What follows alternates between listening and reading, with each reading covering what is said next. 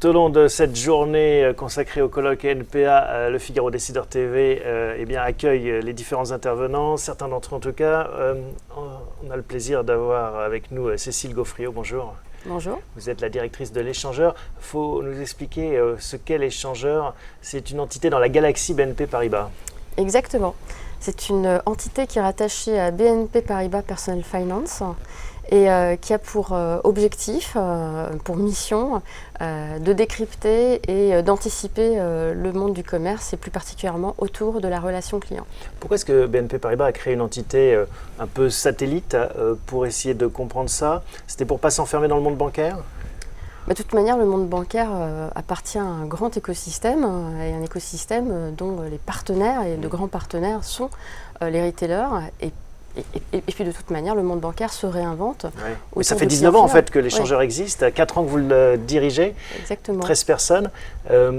Quelle est la philosophie pour une grande banque comme BNP Paribas de créer cette entité, ce think tank presque on pourrait dire? Oui, exactement. En fait, la philosophie, c'est de garder un pied ouvert sur le monde du commerce, de pouvoir s'en inspirer, de pouvoir travailler avec lui pour pouvoir justement capter au mieux les clients dans un parcours qui est maintenant complètement ambiant, où les produits financiers, le commerce font leur vie ensemble. Comment est-ce que vous travaillez? Comment est-ce que vous fonctionnez au quotidien? Alors comment est-ce qu'on fonctionne au quotidien? En fait, on a 3 casquettes.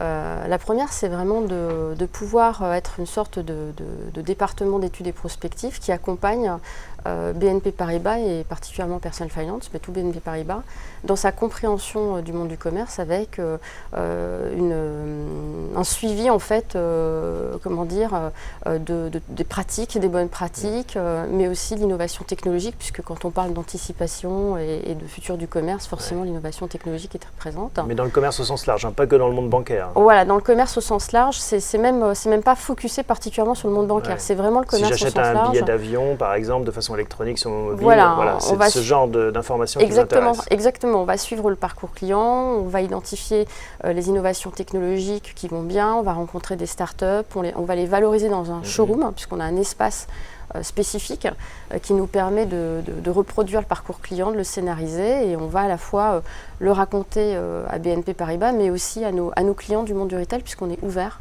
au monde du retail. Ça, c'est le premier métier, la première catégorie. La première catégorie, c'est donc d'accompagner l'interne, on va dire, le groupe. La deuxième catégorie, en fait, c'est de pouvoir accompagner à la fois les partenaires, mais tout un écosystème de décideurs du monde du commerce, ou des services, ou des fabricants. En tous les cas, tout ce qui peut vouloir s'inspirer du monde du commerce et comprendre la relation client et pouvoir faire des prestations, puisqu'on a des prestations externes. C'est-à-dire que c'est à la fois une entité pour l'interne, mais c'est une entité qui valorise ses prestations en externe. Et le troisième volet, vous avez parlé de 3 missions. C'est une marque. En fait, c'est une marque. L'Échangeur, donc quelque part, on prend la parole dans les médias, dans les salons. Donc on a aussi un rôle, ce qui est de pouvoir apporter du contenu d'image. D'où votre présence ici. D'ailleurs, pourquoi l'Échangeur? Qu'est-ce qu'il y a derrière cette idée? Pourquoi le terme échangeur? Parce que c'est un lieu d'échange et ouvert. Il est très très important pour nous déjà de fonctionner avec une grande neutralité. Lorsqu'on s'intéresse en fait au nouveau parcours client, lorsqu'on s'intéresse aux innovations technologiques, il faut avoir un esprit très ouvert. Et donc l'objectif, c'est de pouvoir brasser un maximum d'échanges autour d'un lieu et autour effectivement d'accompagnement. Quelles sont ces grandes tendances alors que vous observez en ce moment monter dans ce monde du commerce et de la relation client? Alors dans le monde du commerce, en fait, ce que l'on voit arriver, c'est alors évidemment les tendances clés de l'année, on va dire. La collection, printemps-été. La collection printemps-été. Bon, il y a la méta-tendance qui est tout ce qui est l'écosystème, c'est-à-dire la logique d'écosystémisme, l'arrivée des GAFA, des BAT, donc de ces grands acteurs du monde de l'innovation technologique.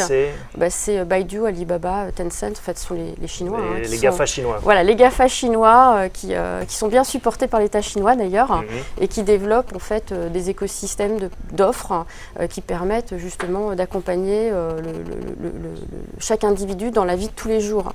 C'est-à-dire que là, pour le coup, on leur propose du software, mais aussi des liens avec des objets connectés qui peuvent être à la maison, dans la voiture ou autre. Avec une logique d'empire, clos, muré.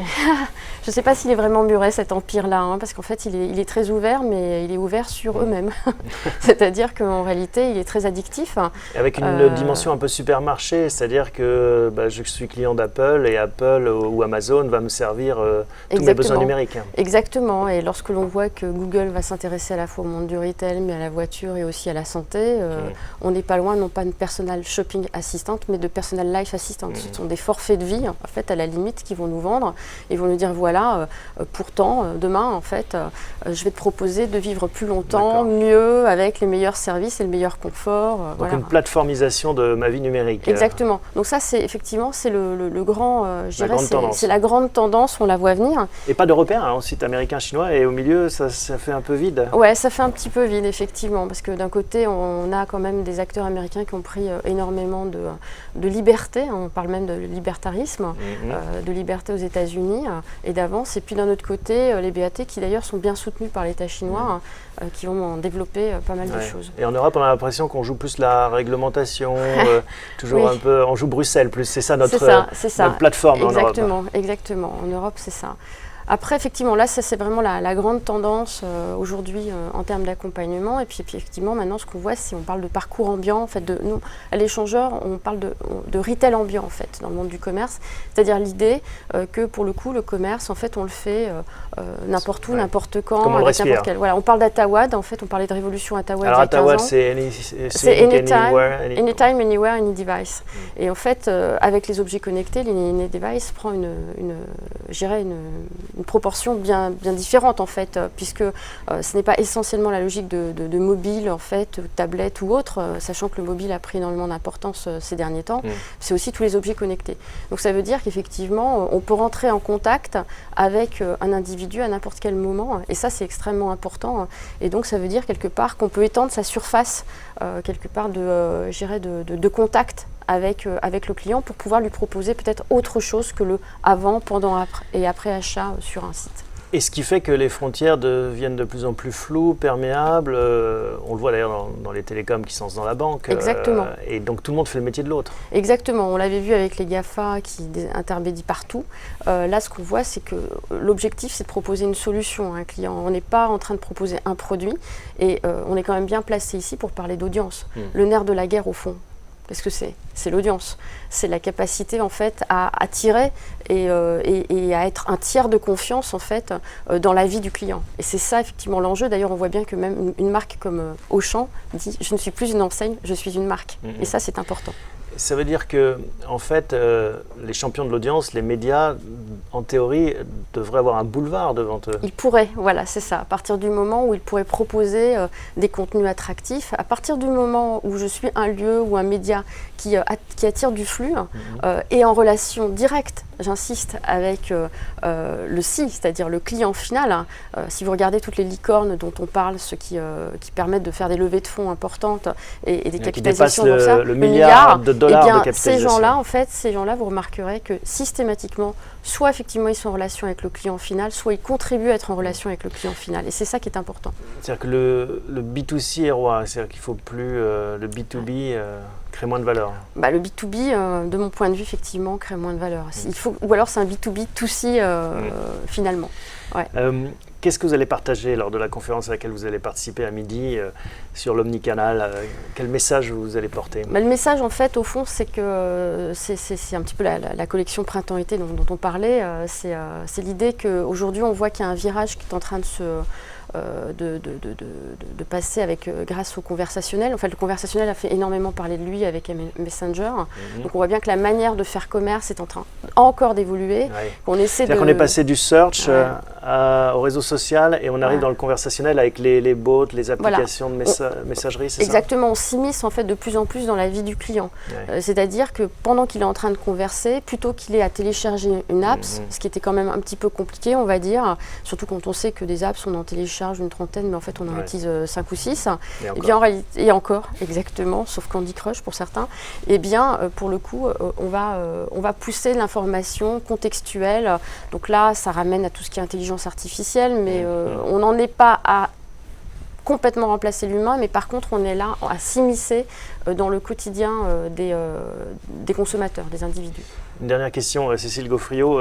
Le monde bancaire, celui que vous connaissez bien, celui de BNP Paribas, est-ce qu'il est dans cette course aussi? Est-ce qu'il peut encore finalement rivaliser avec ces GAFA? Parce qu'on voit bien des Apple qui veulent aller sur ce territoire ou d'autres géants. Il n'y a pas de raison. Donc ils investissent déjà dans l'intelligence artificielle, dans cette conversation de la relation client? Je ne suis pas la porte-parole de BNP à proprement parler, mais de toute manière, on voit très bien que BNP est très... En tout cas, c'est votre recommandation. Les banques, effectivement, sont très engagées dans la proximité avec le client final et la capacité à leur proposer des solutions. Et aujourd'hui, forcément, elles mettent le paquet sur le digital. Bon, c'était l'avant-dernière question. En fait, j'ai une dernière question. J'en étais sûre. Ça va, vous êtes vraiment au cœur de cette information, de cet écosystème qui bouge. Est-ce que c'est une tarte à la crème de dire que ça va de plus en plus vite? On a l'impression que ça s'accélère, il y a une loi de Moore presque de l'accélération. Alors, il ne faut surtout pas me brancher là-dessus, parce que moi, je vais vous parler des cycles schumpeteriens et vous dire qu'effectivement, plus on avance, plus les cycles d'innovation sont extrêmement courts. Il y a un point notamment qui va être abordé sur le plafond de verre en fait, du e-commerce, en se disant est-ce qu'on arrive au bout? On voit bien que ce n'est pas des plafonds de fer, c'est des effets de balancier. Les temps changent. En ce qui concerne le e-commerce, on a eu l'éclatement de la bulle Internet il y a une vingtaine d'années où on s'appuyait en fait sur les compétences en fait du Mortar pour pouvoir digitaliser une proposition Internet à destination des clients qui étaient des cyberacheteurs. Maintenant, on ne parle plus de cyberacheteurs, on ne parle plus de e-commerce, on parle de clients connectés, on parle de retail ambiant. On est en train de revenir à de la digitalisation du monde physique, mais attention, derrière, la réalité virtuelle avance très très vite. Les millennials qui arrivent sur le marché sont nés avec des consoles de jeux dans la main et des mobiles de l'autre. Ils savent ce que c'est que les univers artificiels et très vite, on va encore changer, on va revenir effectivement à un monde virtuel du monde du commerce. Tout va très très vite effectivement. C'est tarte à la crème, mais c'est une réalité. Mais c'est une réalité que vous observez tous les jours. Effectivement. Merci d'avoir partagé avec nous Cécile Gaufriot, directrice de l'Échangeur. À bientôt. Merci.